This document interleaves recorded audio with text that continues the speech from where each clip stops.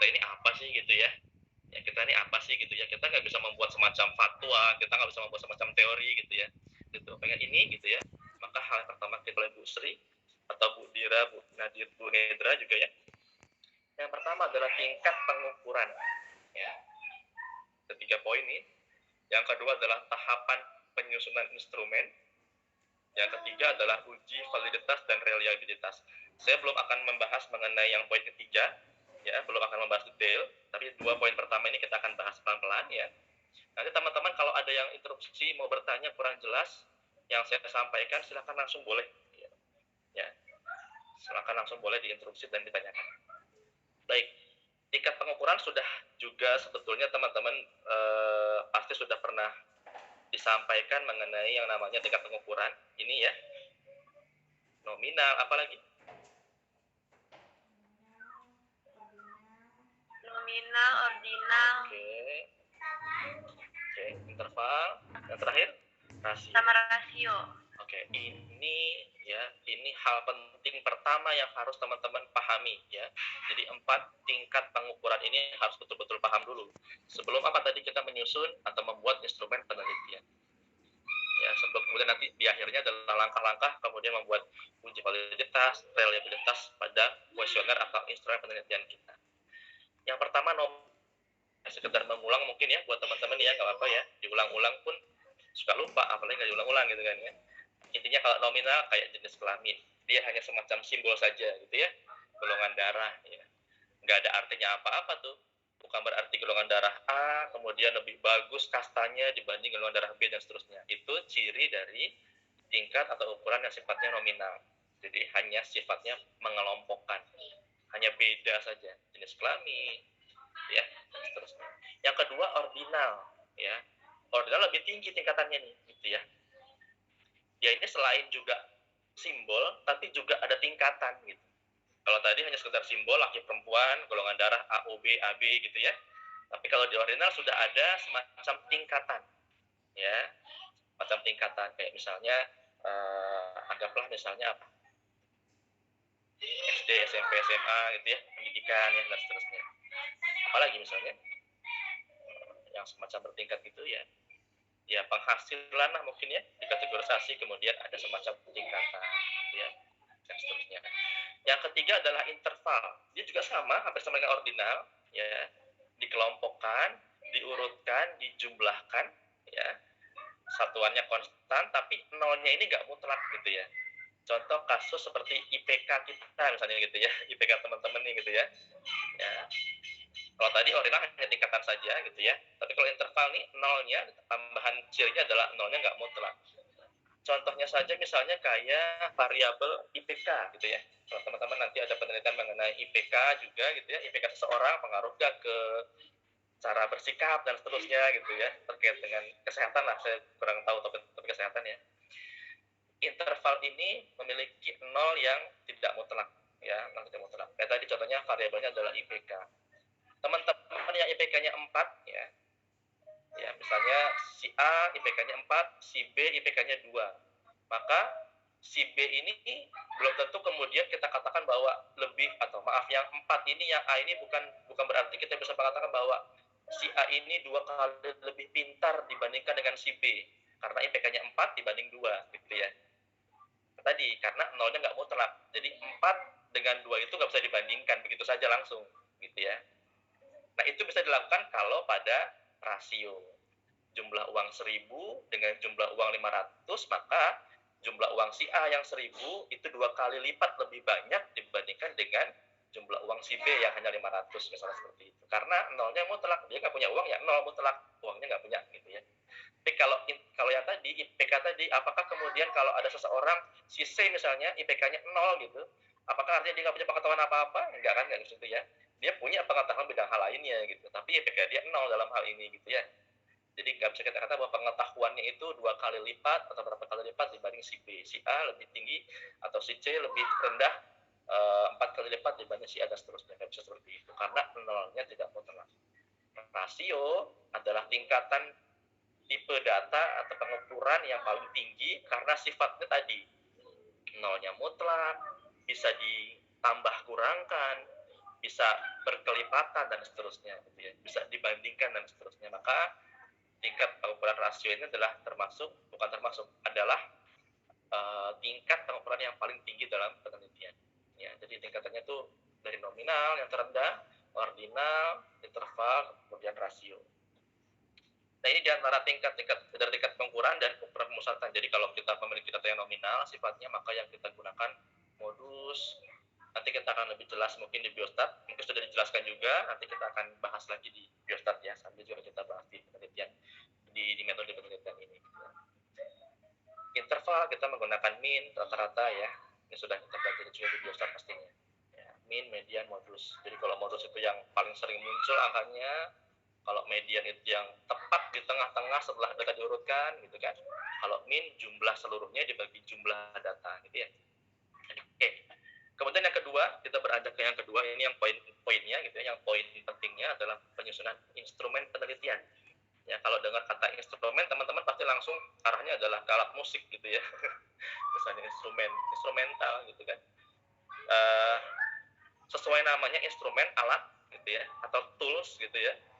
Tools, instrumen, maka kuesioner dalam penelitian itu adalah alat. Kemudian meteran gitu ya, meteran untuk penelitian ataupun alat gitu ya. Apalagi dan seterusnya lah, alat-alat ukur gitu ya, kayak untuk mengukur suhu termometer itu pun alat, itu pun instrumen penelitian. Kalau penelitian kita memerlukan instrumen tersebut gitu ya. Jadi dikatakan instrumen penelitian kalau instrumen tersebut kita perlukan dalam penelitian. Instrumen itu kan alat ya. Kayak tadi termometer ya, kalau kita nggak perlukan dalam penelitian kita ya itu bukan penelitian, karena itu instrumen untuk mengukur suhu tubuh gitu kan. Tapi itu menjadi instrumen penelitian kalau kita butuhkan dalam penelitian kita. Kaitan dengan tadi misalnya suhu tubuh, bisa aja kita buat penelitian mengenai hubungan suhu tubuh ini dengan suhu tubuh seseorang misalnya, dengan tingkat stresnya dia gitu ya. Menarik tuh, catat ya. Jadi kalau stres suhu tubuh naik gak sih gitu ya, kira-kira begitu ya. Ada nggak hubungannya? Saya nggak tahu ya, teman-teman yang lebih tahu lah itu ya teorinya. Nah, kaitan dengan topik tadi yang saya ungkapkan, ide tadi, jadi ada nggak sih hubungannya? Misalnya saya pengen tahu nih gitu ya, ada nggak sih kalau stres gitu ya, menghadapi ujian, menghadapi penyajian gitu ya, kita dihadapkan dengan paparan gitu ya, dengan ujian hidup gitu ya, apakah itu berhubungan dengan atau berkaitan dengan semakin tingginya suhu badan kita misalnya gitu ya. Kalau tingkat stres pasti gitu ya, tapi berkaitan nggak dengan suhu badan, itu perlu dicek gitu ya. Kalau dia semakin panik, semakin misalnya ada kegiatan yang membuat dia stres, itu apakah akan menaikkan suhu tubuhnya atau tidak? Nah, itu perlu dicek tuh. Nah, untuk penelitian, untuk ide seperti itu, baca buku, cari teorinya gitu. Ada nggak sih teori dari penelitian orang lain dari luar negeri yang kaitannya dengan ide saya tadi gitu, ide teman-teman tadi yang terlintas tadi gitu. Cari teorinya harus ada gitu ya. Itu yang memperkuat kita, karena kita bukan ahli, bukan pakar segala ilmu gitu ya, maka kita harus bersandar gitu ya. Cari sandaran gitu ya, gitu ya, cari sandarannya. Nggak boleh enggak, harus ada. Suruh baca, cari teorinya, cari kajian-kajian empiris. Paham ya bedanya ya antara teori sama kajian empiris? Kalau teori itu ada orang yang menyampaikan bahwa teorinya mengatakan bahwa kalau dia stres secara konsep, secara tubuh tuh akan misalnya begitu ya. Saya mohon maaf, saya bukan orang kesehatan. Tubuh akan merespon, kemudian dia akan meningkatkan suhu tubuhnya. Nah, itu teori tuh ya. Teori mengenai hubungan antara tadi stresnya dia menghadapi persoalan dengan kenaikan suhu tubuh. Jadi dibahas tuh oleh pakar itu di dalam sebuah buku teori misalnya, atau sebuah jurnal ilmiah. Nah, secara teoritis misalnya disampaikan kalau dia menghadapi masalah kemudian dia stres, secara fisik akan memerah misalnya mukanya gitu, akan seperti apa secara fisiologis dan seterusnya, sehingga kemudian suhu tubuhnya meningkat, kira-kira gitu ya. Maaf, itu teoritis, kajian teoritis. Ada lagi yang namanya kajian empiris ya. Kalau empiris itu kajian empiris itu sama seperti yang akan kita lakukan, tapi orang lain melakukan lebih dulu mengenai penelitian topik tersebut. Ya. Jadi di jurnal-jurnal yang publish itu kebanyakan ya studi empiris namanya, penelitian empiris, dengan mengadopsi teori tadi, teori dari pakar tadi, kemudian diadopsi dengan penelitian dia melakukan sampel gitu ya, melakukan penelitian, mengambil sampel, kemudian dibuktikan oleh dia benar nggak sama persis dengan apa yang akan kita lakukan gitu. Itu namanya kajian empiris. Jadi dua hal penting tadi yang perlu kalian baca, kajian teoritisnya. Secara teori itu gimana sih kaitan antara tadi stres tadi menghadapi masalah dengan naiknya suhu tubuh gitu ya. Nah yang kedua adalah empiriknya. Ada orang-orang yang setelah membaca teori tadi melakukan penelitian jadi sebelum kita gitu. Nah yang ketiga adalah tentunya jangan sampai kemudian kita dianggap sebagai plagiasi kajian empirik yang dilakukan oleh orang sebelumnya. Maka kita punya penelitian, kita harus punya kebaruan teman-teman. Ya, harus ada yang namanya novelty istilahnya, unsur kebaruannya yang belum dilakukan oleh orang lain. Kira-kira begitu. Ya, udah itu aja. Selama itu dipegang, kemudian dilakukan, ya mudah-mudahan penelitiannya lancar ke depannya gitu ya, sampai kemudian skripsinya selesai. Kira-kira begitu. Jadi harus ada unsur kebaruannya gitu ya. Unsur kebaruannya maksudnya gimana Pak? Ya boleh misalnya teman-teman melihat di kajian empiris sebelumnya dia hanya membahas satu variabel dengan variabel lain aja, dua variabel gitu. Maksudnya tadi suhu tubuh diukur seseorang, kemudian sama stresnya mengenai masalah tertentu diukur juga gitu ya, dihubungkan. Nah kalau kita agak beda nih, saya bukan hanya sekedar itu tapi juga pengen menghubungkan, ada nggak sih kaitan jenis kelamin tertentu gitu misalnya. Beda nggak sih laki-laki perempuan dalam menghadapi masalah tadi misalnya suhu tubuhnya, karena mungkin aja itu berlaku teori tadi bahwa kalau dia stres suhu tubuh naik, tapi hanya berlaku pada laki-laki, kalau perempuan enggak misalnya begitu ya, misalnya nih ya, misalnya seperti itu. Nah itu buktikan gitu ya. Nah kebaruannya adalah di tadi saya menambahkan variabel jenis kelamin loh, membedakan jenis kelaminnya. Kalau yang tadi yang empirik yang sebelumnya itu nggak membedakan jenis kelamin, misalnya seperti itu. Itu adalah unsur kebaruan yang kita tambahkan supaya kita nggak sekedar menjiplak, mencontek dengan data kita, tapi juga kita punya tambahan yang kita bahas. Itu adalah novelty kita, kebaruan kita, unsur kebaruan kita. Nah, balik ke instrumen tadi, instrumen harus dapat menerjemahkan fakta di lapangan, gitu ya. Kuncinya adalah instrumen yang kita buat atau instrumen yang ada harus dapat menerjemahkan fakta di lapangan. Kayak tadi saya sampaikan, termometer itu dia merekam 36 derajat Celcius suhu tubuh manusia, suhu tubuh normal kita misalnya 36,2 misalnya gitu ya, 36,2 misalnya. Nah itu kondisi realnya memang seperti itu gitu. Jadi si instrumen termometernya bisa mengukur apa yang mau kita ukur gitu ya. Misalnya juga lagi penggarisan gitu ya, penggarisan mistar ya, penggarisan kita kalau ya anak saya SD gitu misalnya punya penggarisan 30 cm gitu kan. Nah itu harus tepat tuh, kan emang ada standar internasionalnya gitu kan ya mengenai ukuran sentimeter gitu kan. Nah itu harus tepat. Jadi kalau panjang satu objek penelitian 30 cm ya harus tepat betul-betul menerjemahkan kondisi fisik sebenarnya pada barang tersebut gitu ya kira-kira ya. Nah sekarang kalau saya misalnya punya kasus, saya tanyakan teman-teman nih, diskusikan sekalian ya, kalau kita penelitian kita adalah mengukur tinggi pohon kelapa misalnya, kita harus mengukur tinggi pohon kelapa misalnya.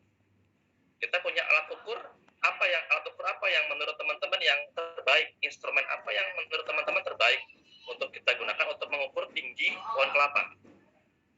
Ada yang bisa menjelaskan? Rumus. Silakan. Saya tunjuk atau gimana? Nggak usah lah ya, nggak usah tunjuk ya. Jadi saya hari ini menjelaskan dulu saja. Nanti kalau ketemu offline, saya nunjuk-nunjuk gitu biasanya. Silakan jelaskan maju ke depan gitu ya. Kalau sekarang saya jelaskan dulu aja. Jadi kalau kayak tadi misalnya, jadi mister ya atau penggarisan tadi 30 cm itu adalah instrumen untuk mengukur tinggi barang, tinggi objek, tinggi suatu hal. Manusia bisa pokoknya objek penelitian. Termasuk tadi yang saya tanyakan, pohon kelapa yang tingginya 3 meter, 5 meter itu bisa diukur oleh penggarisan tentunya gitu ya. Cuman bayangkan kita mister 30 cm, tambah lagi 30 cm sampai ke 3 meter tingginya pohon kelapa itu.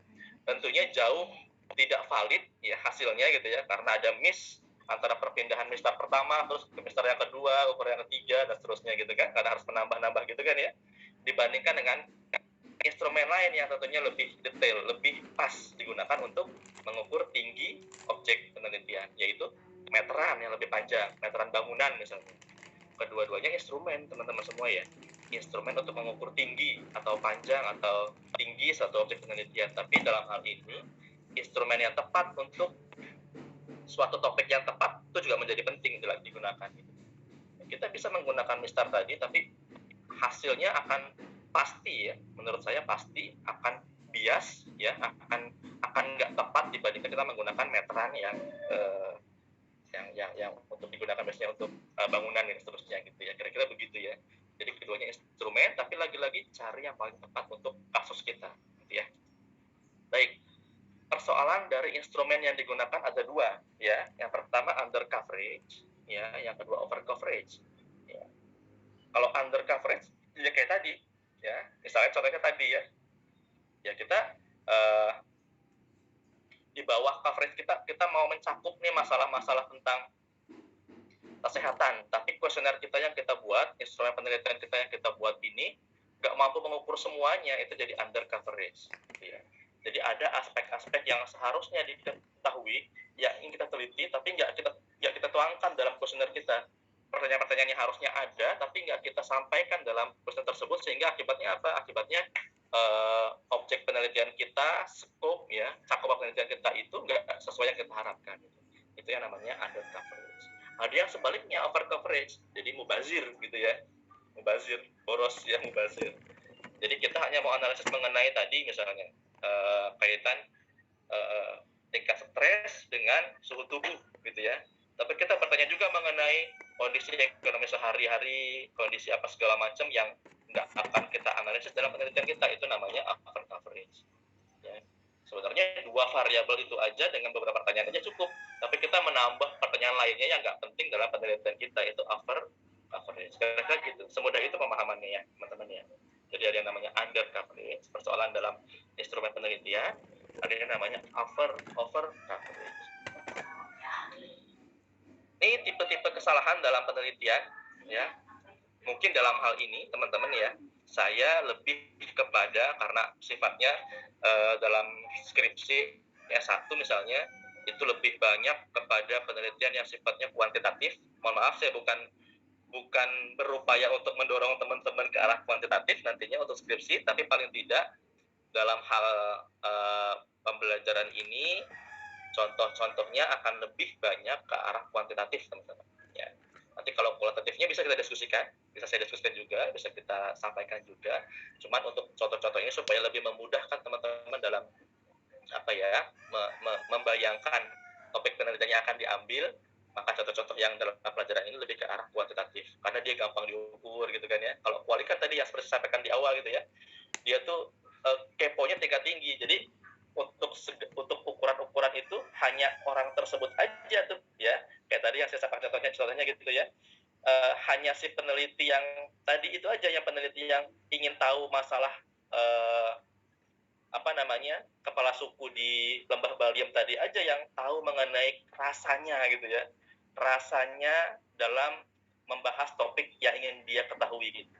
Karena instrumen penelitian kualitatif kadang-kadang adalah orang itu sendiri. Kita kan sebenarnya bisa mengukur nih ya, apalagi kalau masalah sosial ya kita bisa mengukur tingkat emosi pasangan kita misalnya. Kita ini alat ukurnya, jadi saya ini alat ukur untuk mengetahui tingkat emosi istri saya misalnya, atau anak-anak saya misalnya. Saya ini adalah sebagai alat ukur. Jadi instrumen itu bukan hanya alat dalam artian alat yang nggak bisa, yang kita hanya buat gitu ya, tapi kita sendiri ini terutama untuk penelitian kualitatif bisa atau bahkan wajib harus menjadi alat ya. Kita punya sense gitu ya, punya sensitivitas yang itu bisa menjadi alat untuk mengukur kondisi tertentu, variabel tertentu yang sifatnya mungkin tadi perasaan, emosi dan seterusnya, kita menjadi alat ya.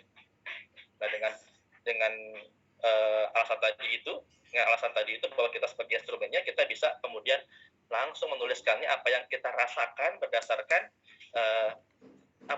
objek yang kita teliti. Misalnya tadi, oh anak saya ini kalau lagi nangis ini perasaannya seperti ini. Nah itu saya tumpahkan tuh karena saya punya sense, saya punya semacam detektor gitu ya. Dan semua orang seperti itu punya detektor. Ini kalau sedih ini kalau begini anak nih. Ini kalau senang tuh anak tuh kalau begini-begini. Nah itu yang saya tumpahkan dalam artikel saya. Topiknya mengenai kenakalan remaja misalnya, mengenai dan seterusnya lah, mengenai anak, psikologi anak dan seterusnya, misalnya seperti itu ya.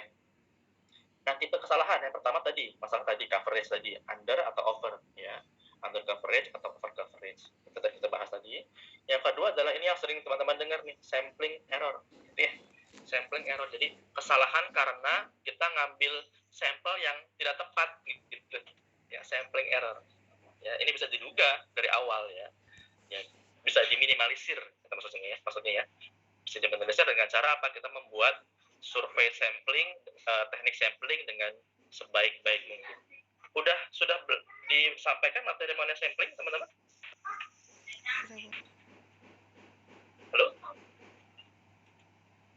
Halo? Terus saya khawatir teman-teman tidur nih. Sudah, Pak. Sudah ya. Oke. Teknik sampling sudah diajari ya. Ada 2 teknik sampling apa aja? Ada belajar nih. Udah disampaikan. No probability sama Probability sampling sama non probability sampling. Oke, Siti Nur ya. Siti Nur mana? Sip, ada yang namanya probability sampling, ada yang namanya non probability sampling. Itu juga match terkait dengan tadi. Biasanya kalau probability sampling itu digunakan pada penelitian yang sifatnya kuantitatif ya, karena dia menyandarkan pada dasar-dasar probabilitas ya. Kalau dari 1000 populasi kita ambil 100, kita harus betul-betul secara probabilitas 100 itu mampu mewakili yang 1000 dan 100 itu dipilih secara acak gitu kan ya. Memiliki probabilitas dari 1000 ya, 100 diambil dari 1000 secara acak, probabilitasnya sama gitu ya. Satu lagi yang non probabilitas ya, dia nggak perlu ada keacakan, nggak perlu ada probabilitas kayak penelitian tadi misalnya.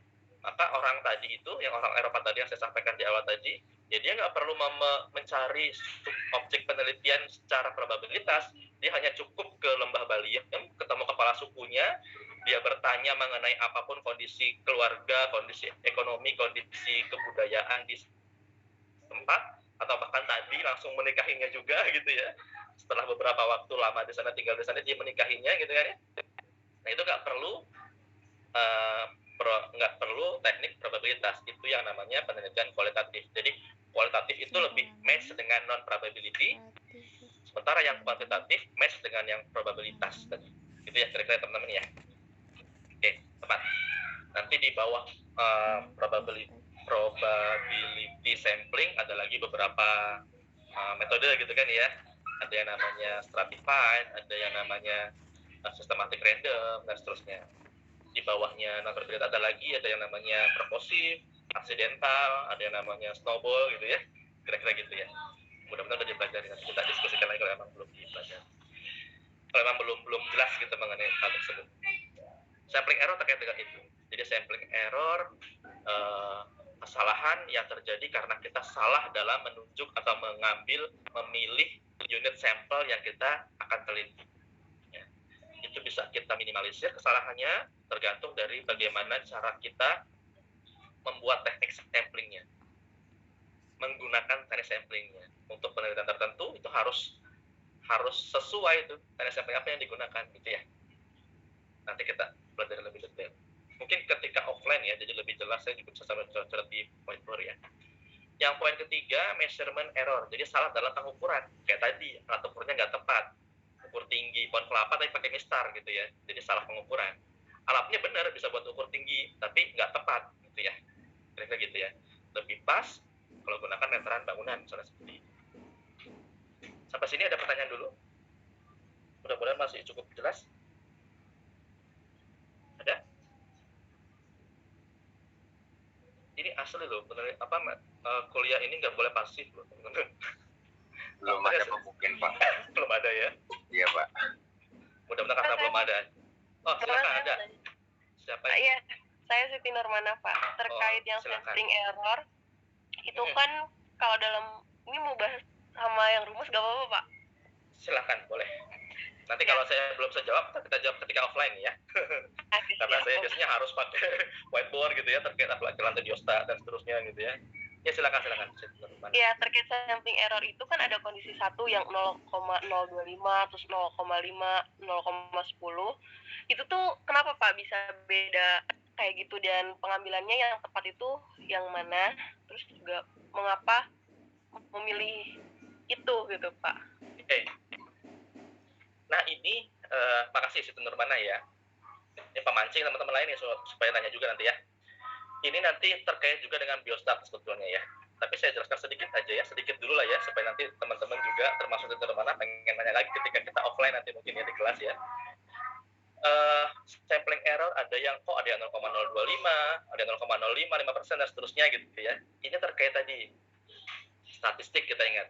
Dalam penelitian kuantitatif kita nggak bisa tidak kita bertemu dengan yang namanya statistik, teman-teman ya. Karena tadi prinsipnya adalah probabilistik tadi, ya, probabilistik. Jadi udah belajar ya probabilitas ya di biostat, sudah ya. Ilmu yang dipelajari sumbernya dasarnya adalah dari meja judi gitu ya. Jadi kalau dadu ada 6 sisi gitu kan, kemungkinan keluar ya sekali pelemparan mata satu berapa persen gitu ya, atau berapa per berapa dan seterusnya gitu kan ya, probabilitas. Nah, dalam penelitian itu sampling error itu ada ukurannya karena tadi kita mau seberapa rigid gitu loh dalam meneliti ini. Bayangkan teman-teman semuanya, kalau penelitian yang terkait dengan kondisi yang kondisi topik penelitian yang terkait dengan kehidupan seseorang ya. Kalau penelitian ini gagal, akibatnya akan mengancam jiwa manusia nih misalnya gitu ya. Nah maka itu sampling errornya nggak boleh ada, 0 gitu, kecil sekali harusnya, bahkan 0 harusnya gitu, nggak boleh ada error gitu. Nah, contoh gampangnya yang paling ekstrim adalah misalnya, kebayang ya teman-teman, dalam membuat rentang sayap pesawat ya, sayap pesawat itu penelitian dulu teman-teman. Nggak mungkin begitu aja langsung. Penelitian dalam artian teknik ya, ada teknik ya. Dulu mungkin ada orang yang membuat pertama kali tuh, siapa yang pertama kali pesawat itu menemukan pesawat ya, yang bersaudara tuh saya lupa namanya, pokoknya bersaudara lah gitu ya. Kemudian kan dikembangkan, diteliti lagi gitu kan ya, dikembangkan lagi berapa sih rentang yang paling pas supaya nggak membahayakan orang, supaya meminimalkan atau menolkan resiko jatuh gitu kan ya. Itu diteliti tuh bertahun-tahun, bahkan berpuluhan tahun, mungkin sampai sekarang pesawat sudah jadi Boeing pun masih mungkin ada yang jatuh gitu kan ya, karena sayapnya aja misalnya, bukan karena hal yang lain, bukan karena human error dan seterusnya, bukan karena mesinnya mati, tapi sayapnya aja. Jadi sayapnya itu sudah fix saat ini, kalau Boeing tuh kalau bebannya sekian ton maka sayapnya harus sekian rentangnya gitu. Nah untuk penelitian mengenai tadi berapa sih rentang sayap pesawat yang harus pas, maka sampling error nggak boleh ada, itu 0 harusnya gitu. Tapi untuk penelitian mengenai sosial, mengenai misalnya topik teman-teman lah, mengenai suhu tubuh tadi, suhu tubuh juga mungkin masih ke manusia ya, mengenai motivasi belajar, dalam belajar, tingkat stres, nah itu masih nggak apa-apa lah, sampling error 5% gitu loh, paham ya? Jadi nilai toleransi, karena statistik itu nggak pernah mutlak, lain sama matematika teman-teman ya. Kalau matematika 2 tambah 2 harus 4 gitu ya. Tapi statistik itu 2 tambah 2 bisa mungkin 3,9 masih oke lah. Ya nanti saya akan jelaskan ini di bagian saya di biostat. Ya, jadi ya sedikit boleh lah. 2 tambah 2 bisa 3,9 masih oke lah. Masih dalam rentang lah. Error sih, sedikit sih errornya, masih nggak apa-apa lah.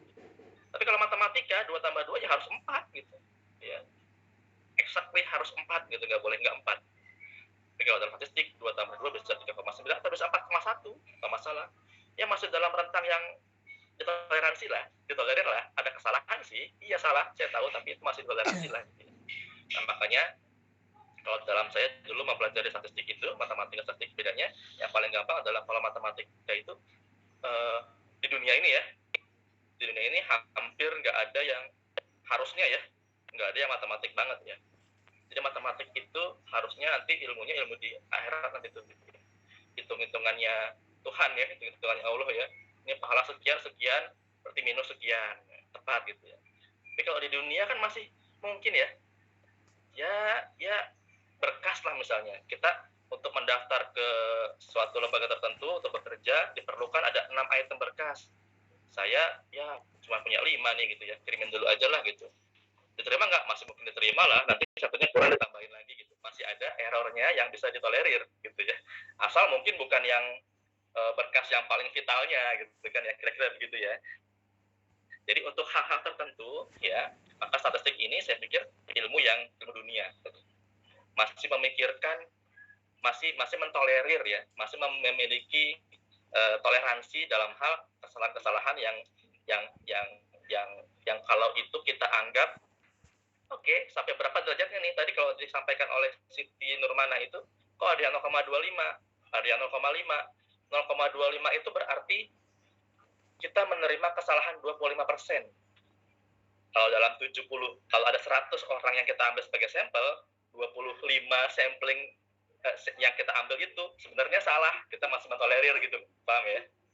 Nah kalau 5% berarti 5 dari 100 itu kita ambil sampelnya, tapi sebenarnya 5 itu salah ambil kita masih tolerir. Berarti lebih toleran mana? Yang 25 atau yang 5? 25. Betul, gitu ya, kira-kira gitu ya. Jadi yang sampling error yang 25% tadi tuh orang yang melakukan penelitian itu lebih toleran ya dibandingkan dengan yang hanya membolehkan kesalahan 5% gitu loh. Nah terkait tadi, kalau untuk yang berkaitan dengan jiwa manusia kayak tadi penelitian mengenai kapal ya, kita tentunya samplingnya errornya dalam sampling kita usahakan seminimal mungkin 0 kalau perlu, masalahnya jiwa manusia gitu. Bayangkan kalau dalam penelitian mengenai rentang pesawat tadi, rentang beban dan seterusnya tadi, kita tolerir lah 25% gitu. Itu artinya bahaya banget gitu kan ya. Nah, pada penelitian sosial biasanya itu 5-10% masih ditolerir, masih bisa. Ya, jadi nggak harus. Nah, kalau penelitian sifatnya eksakta yang kayak tadi, teknik, kemudian dengan kesehatan manusia gitu ya, kedokteran dan seterusnya, itu biasanya harusnya 0,001% gitu ya. Kalau bisa malah 0%, nggak boleh error sama sekali. Kira-kira gitu penjelasan sementara mana yang mudah-mudahan bisa dipahami ya. Ya baik Bapak. Nanti kalau teknis, hitung-hitungan segala macamnya kita bahas di biasa, mudah-mudahan jelas sempat waktunya. Ada lagi teman-teman? Lewat dulu ya, masih agak banyak. Kita sampai jam 9, nanti setelahnya kita mungkin ada semacam diskusi sedikit, nanti dan penugasan lah gitu ya mengenai materi kita kali ini. Ini sudah tahap-tahap pengukuran.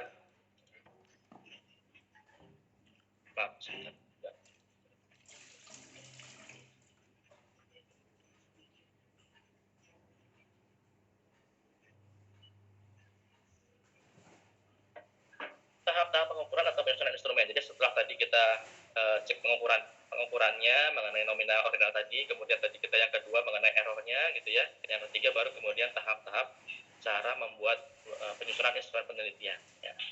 Kalau pada penelitian yang tadi yang sudah jelas alatnya nggak jadi masalah.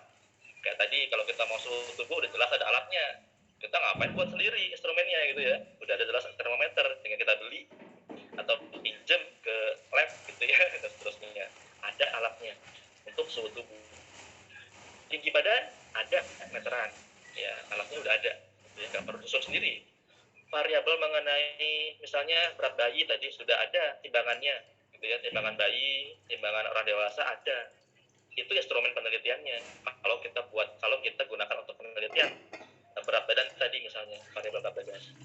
Nah, tapi bagaimana dengan variabel-variabel yang belum ada alat ukurnya, itu yang jadi soal gitu kan ya. Nah ini di sini kita membahas masalah variabel-variabel yang harus kita ukur karena kita ingin teliti tapi belum ada alat ukurnya kan begitu ya. Maka kita buat instrumennya ya, seperti apa misalnya kayak tadi tingkat kecemasan itu, teman-teman sering banget tuh ya skripsi mengenai tingkat kecemasan, tingkat stresnya seseorang, kemudian apalagi motivasi dalam belajar misalnya ya, penelitian yang melibatkan variabel-variabel yang abstrak gitu, yang nggak bisa kelihatan ukurannya seperti apa dan alat ukurnya juga nggak tersedia gitu. Maka kita harus buat instrumen tersendiri untuk kita ukur. Kira-kira begitu teman-teman ya, mudahnya ya pemahamannya ya. Nah makanya pertama dilakukan tahapannya adalah tentukan dulu definisi operasional dari variabel yang hendak diukur. Apa sih definisinya, misalnya tadi kayak motivasi. Definisi motivasi itu yang seperti apa sih? Definisinya gimana sih? Nah, lagi-lagi kita mengerti mengenai definisi dari motivasi dari membaca. Ya, jadi harus membaca, mau nggak mau. Ya. Jadi kalau teman-teman ada yang hobinya nggak membaca, ya ada yang hobinya nggak membaca, sementara dihilangkan dulu dalam otak teman-teman untuk paling tidak sampai skripsi selesai, gitu ya. Jadi harus membaca. Jadi harus masuk kamus membaca dalam otak kita untuk paling tidak beberapa bulan ke depan sampai kalau bisa seterusnya, gitu kan ya. Apalagi yang mau jadi peneliti, gitu ya. Jadi membaca itu menjadi hal penting. Ya. Tentukan definisi operasional variabel yang hendak diukur. Definisinya apa sih mengenai motivasi? Secara definisi apa sih? Nah, secara operasionalnya bisa diukur dengan cara gimana, gitu ya. Nah, itu kita bisa dapatkan dari kita membaca. Tentukan aspeknya. Jadi kalau definisi tadi sudah kita pahami definisinya, tentukan aspeknya.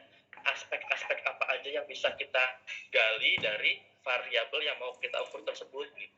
Nanti akan dijelaskan lebih detail di slide berikutnya. Pohonnya gitulah ya. Pohon faktornya. Kemudian dari aspek tersebut, dari poin 2 tersebut, tentukan dimensinya. Jadi tingkatannya begitu. Pertama definisi operasional variabel, cari aspek-aspeknya atau indikan-indikannya. Kayak teman-teman kesehatan pasti paham betul indikasi gitu ya. Orang dikatakan COVID itu indikasinya apa sih? Oh, ada demam. Oh, ada batuk gitu ya. Oh, makin ganteng misalnya begitu ya. Oh, ada ruam di kulit wajah misalnya gitu. Ada apa, itu indikasi kan. Ya. Itu kan belum tentu dia COVID sebenarnya, tapi indikasi-indikasi karena hasil kita membaca. Membaca apa situasi. Oh, biasanya orang-orang yang COVID itu begitu gitu. Ada demam, ada batuk, ada pilek. Oh, misalnya kulitnya juga ada ruam-ruam misalnya seperti itu. Kehilangan penciuman dan seterusnya. Karena itu adalah indikasi-indikasinya COVID. Tapi kalau ketemu indikasi itu pasti COVID nggak, belum tentu juga gitu kan ya. Tapi indikasi-indikasi itulah yang bisa kita tentukan bahwa orang tersebut COVID ya atau tidak. Paham ya? Kira-kira begitu ya. Jadi kita nggak bisa langsung nanyain anak COVID apa enggak, kan nggak gitu ya. Tapi mungkin dari tes tuh alat instrumen juga, tes COVID, antigen. Atau kalau kita nggak bisa tes ya tadi, ibu demam nggak dalam 5 hari terakhir, ibu mengalami batuk dalam 5 hari terakhir gitu misalnya ya, ibu mengalami kehilangan pengecapan nggak dalam beberapa hari terakhir ini gitu kan ya. Indikasi-indikasi itulah yang bisa kemudian kita simpulkan bahwa si ibu ini risiko COVID sehingga dia ya kita anggap seperti itu, ya COVID gitu ya, kira-kira gitu ya. Jadi kita nggak bisa langsung menanyakan ibu COVID gitu ya. Atau dengan yang lebih sulit lagi menentukan, saya nggak bisa bilang bahwa si orang ini punya motivasi yang tinggi untuk belajar untuk menghadapi skripsi gitu ya. Yang kita bisa lihat dari indikasi-indikasinya, dia baca buku nggak gitu ya. Dalam sehari berapa banyak baca buku, dalam sehari berapa menit dia luangkan waktu untuk membaca buku, artikel-artikel jurnal yang menunjang skripsi dia. Bukan buku sembarangan, bukan novel-novel, bukan apa, tapi yang buku-buku menunjang pelaksanaan skripsi dia, melakukan skripsi dia. Kira-kira gitu kan ya. Jadi indikasi-indikasinya yang itu bisa menjadi aspek, menjadi dimensi untuk kita tahu bahwa ini orang motivasinya untuk menyelesaikan skripsi lebih cepat tinggi. Orang ini motivasinya nggak ada, rendah, karena dia tadi misalnya. Nah, itulah yang disebut sebagai aspek-aspek tadi. Kalau tadi motivasi skripsi, maka aspeknya adalah berapa lama dalam sehari dia membaca buku terkait dengan topik skripsinya, misalnya gitu. Berapa lama dia berdiskusi dengan teman-teman mengenai topik skripsinya, misalnya seperti itu ya. Tapi lagi-lagi tergantung dari definisi operasional variabelnya, gitu ya. Berapa intensif dia bertemu dengan pembimbing skripsinya dalam seminggu, misalnya. Juga begitu ya, teman-teman ya. Topik juga tuh, gitu ya. Jadi terkait dengan motivasi. Kemudian yang keempat adalah rumuskan ke dalam item pertanyaan. Barulah kemudian setelah kita membuat dari mulai definisi variabel, aspek-aspeknya, dimensi, baru ke item pertanyaan. Gitu ya. Tadi langsung ke kan aspeknya adalah lamanya atau intensitas membaca buku, intensitas bertemu dengan pembimbing dalam sepekan. Nah, dari situ dijabarkan dalam butir pertanyaan. dalam seminggu atau dalam sehari berapa banyak buku-buku terkait topik skripsi Anda yang Anda baca, gitu ya, kira-kira gitu ya. Tertutup misalnya 10 jam, gitu ya, 8 jam dan seterusnya, kira-kira begitu. Berapa kali dalam seminggu Anda bertemu dengan pembimbing untuk mengkonsultasikan masalah skripsi Anda, gitu ya. Itu ke pertanyaan poin 4 ya. Poin 5, lakukan uji coba alat ukur untuk memeriksa tingkat kesulitan, validitas, dan reliabilitas. Ini nanti bab tersendiri nih, validitas, apalagi yang validitas, reliabilitas ya. Tapi paling tidak untuk uji cobanya, selain validitas, reliabilitas ya, valid, reliable juga uji coba kuesioner. Tapi uji coba yang sederhana aja misalnya, pada beberapa kasus, pertanyaan yang ditanyakan oleh teman-teman dalam membuat item pertanyaan kadang-kadang nggak agak beda dengan konsep variabel yang kita ingin tanyakan gitu. Kayak tadi jadi masalahnya kita hanya punya penggarisan tapi kita mengukur tinggi pohon gitu loh ya. Betul, aspeknya atau dimensinya betul, tapi yang kita tanyakan akhirnya menjadi salah karena memang nggak pas gitu instrumennya, pertanyaannya nggak pas gitu ya, kira-kira begitu ya. Nah itu perlu dilakukan uji coba ya, kira-kira seperti itu penjelasan mengenai poin 5. Poin ke-6, perbaiki alat ukur kalau ternyata terjadi tadi setelah uji coba ada kesalahan, ada miss, ada kurang tepat, bukan salah ya, kurang tepat, kurang pas tadi, maka diperbaiki atau diganti alat ukurnya kayak tadi, penggarisan ya diganti dengan meteran gitu. Karena kalau alat ukur tadi penggarisan, kok saya hitung berkali-kali, ukuran pertama ini tinggi pohonnya 3,5 meter, saya hitung yang kedua 3,4, hitung yang ketiga 3,1, berubah terus gitu kan. Ternyata alatnya ini yang nggak pas gitu, perlu diperbaiki atau perlu diganti dalam hal ini, maka diganti dengan meteran. 3 meteran diukur juga berkali-kali tetap sama 3,4, ternyata 3,4 juga, 2 kali 3,4 juga pas gitu, yang paling tepat digunakan untuk mengukur tinggi pohon gitu ya. Hal yang sama untuk variabel apapun sebetulnya, cuma bedanya adalah kalau tadi tinggi pohon terukur jelas, tapi kalau variabel-variabel yang sifatnya sosial, psikologis manusia itu mau nggak mau terpaksa kita harus dekati dengan alat ukur sendiri yang kita buat sendiri. Setelah diperbaiki alat ukur tersebut atau setelah diganti dengan yang lebih pas, gunakan untuk mengambil sampel penelitian. Kira-kira begitu ya teman-teman ya, ini poin-poinnya untuk tahap-tahap pengukuran atau penyusunan instrumen. Nah, ini contohnya ya. Ini contoh tadi mengenai perbedaan variabel, aspek, dimensi, dan item pertanyaan ya teman-teman ya. Variabel yang kita butuhkan karena kita mau meneliti tentang ini, maka kita putuskan variabelnya adalah kebutuhan anak usia prasekolah adalah kebutuhan fisik, emosi, dan sosial. Maka aspeknya dalam hal ketiga ini ada kebutuhan fisiknya, ada kebutuhan emosinya, ada kebutuhan sosialnya. Saya mohon maaf yang ke poin ketiganya nggak saya tampilkan. Yang sosial ya, ini yang mudah supaya mudah dipahami aja lah teman-teman semuanya. Nah aspeknya itu ada kebutuhan fisik, emosi, dan sosial yang ketiga. Tapi cuma 2 di sini bisa ditampilkan ya. Nah dimensinya untuk kebutuhan fisik, nutrisinya, makanan, sehari-hari terpenuhi nggak nutrisinya, pakaiannya, kesehatannya. Ada item lain nggak? Silahkan ya. Secara teoritis, secara kajian empiris yang teman-teman baca lagi-lagi dari artikel sebelumnya, apa aja tuh dimensi-dimensi dari kebutuhan fisik seseorang gitu ya. Kebutuhan akan bermain, ya silakan ditambahkan gitu ya.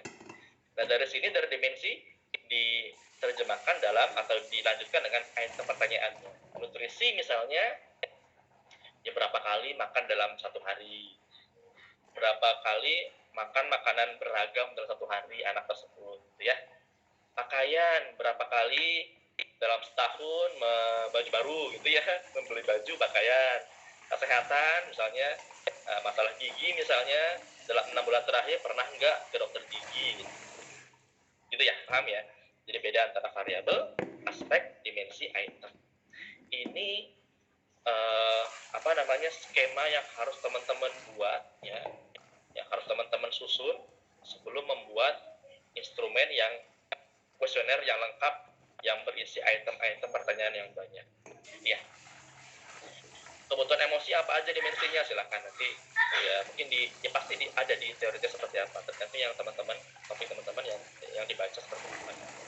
Kebutuhan emosi, kasih sayang misalnya, dan seterusnya lah ya, kira-kira seperti itu. Nah ini contoh item pertanyaannya, berapa kali anak makan dalam sehari gitu ya. Nah makanannya beragam atau tidak gitu kan ya. apakah terpenuhi misalnya vitaminnya dan seterusnya gitu ya.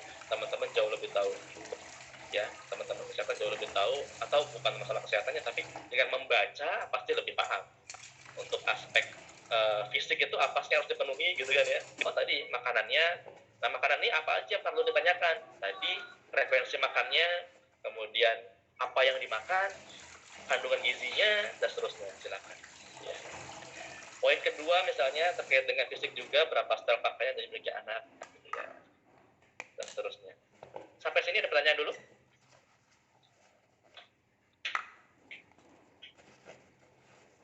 Belum ya? Pas ya? Belum ada. Belum ya? Sambil direnungkan ya teman-teman ya. Mau nanya Pak? Silakan. Siapa ini? Misalkan instrumen penelitian kita belum ada Pak ya. Alfian, susah ya. Oke. Nah, misalkan untuk bikin pertanyaan-pertanyaan kayak gini Pak, kita harus ada sumbernya nggak Pak? Oh iya jelas, harus ada sumbernya. Tadi saya sampaikan. Jangan kan dari pertanyaan ini ya.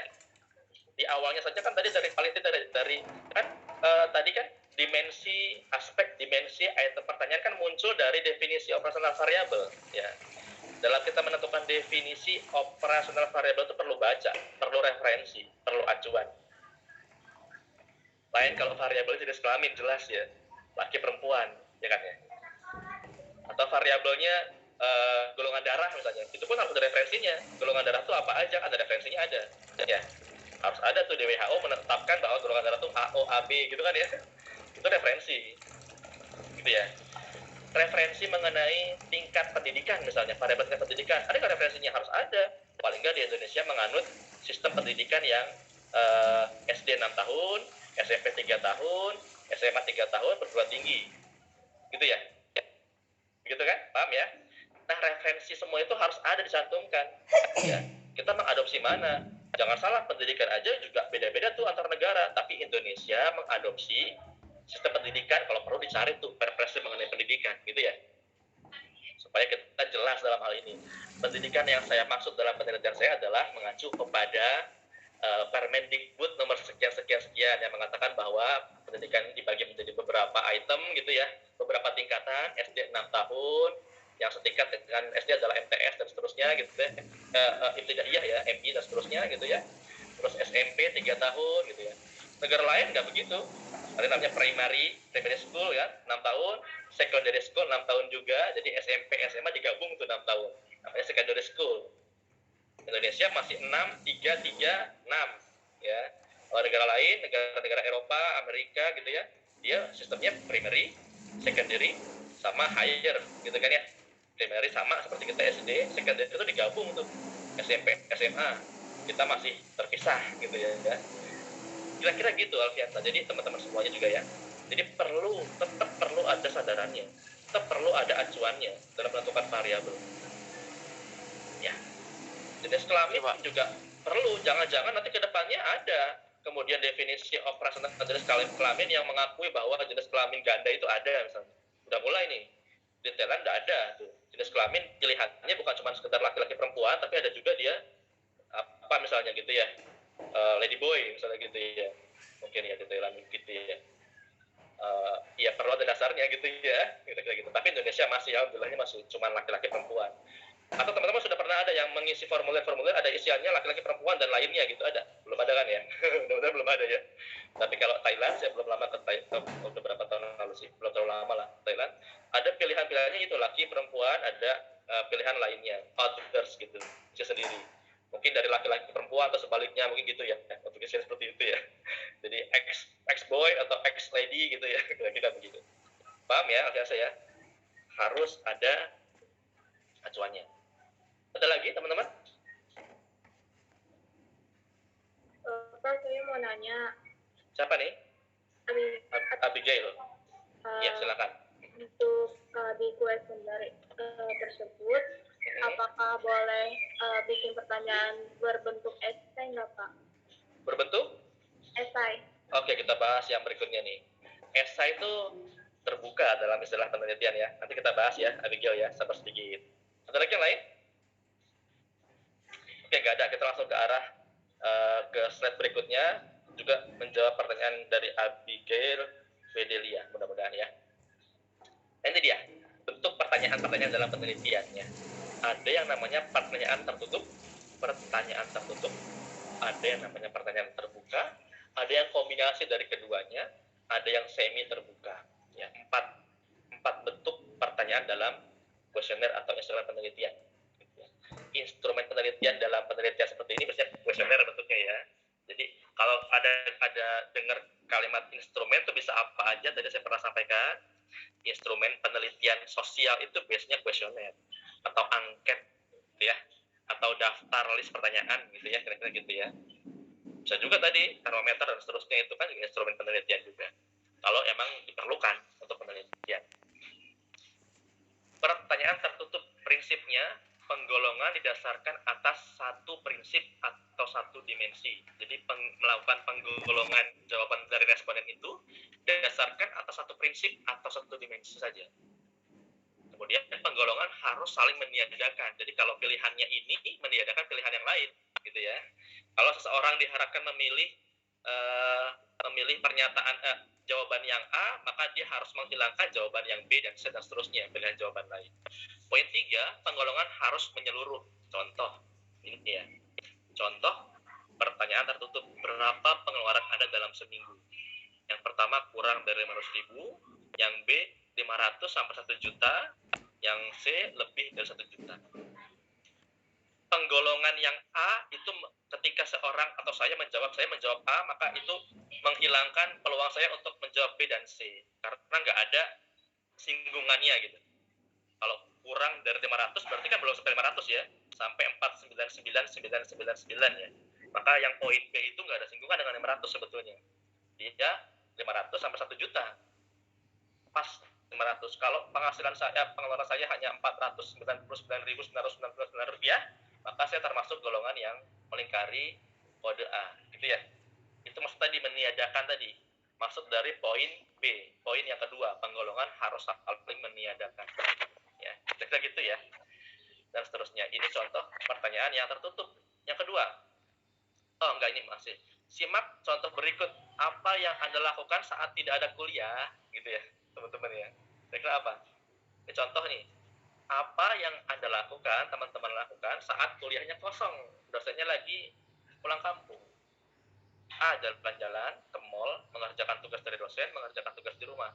Nah, ini bukan jenis pertanyaan tertutup seperti yang dipersyaratkan di prinsip tadi. Kenapa? Karena antara contohnya jalan-jalan dengan ke mall ya jalan-jalan juga. Ya, jadi tidak saling meniadakan, gitu ya. Kemudian yang C dengan D, mengerjakan tugas dari dosen dan mengerjakan tugas di rumah, ya prinsipnya sama, nggak saling meniadakan. Mengerjakan tugas prinsipnya, gitu ya. Kira-kira gitu ya. Maka kira-kira gitu ya. Apakah sesuai dengan prinsip? Karena ini nggak sesuai dengan prinsip pertanyaan tertutup, ya. Gitu ya. Ini untuk pertanyaan tertutup. Ada pertanyaan?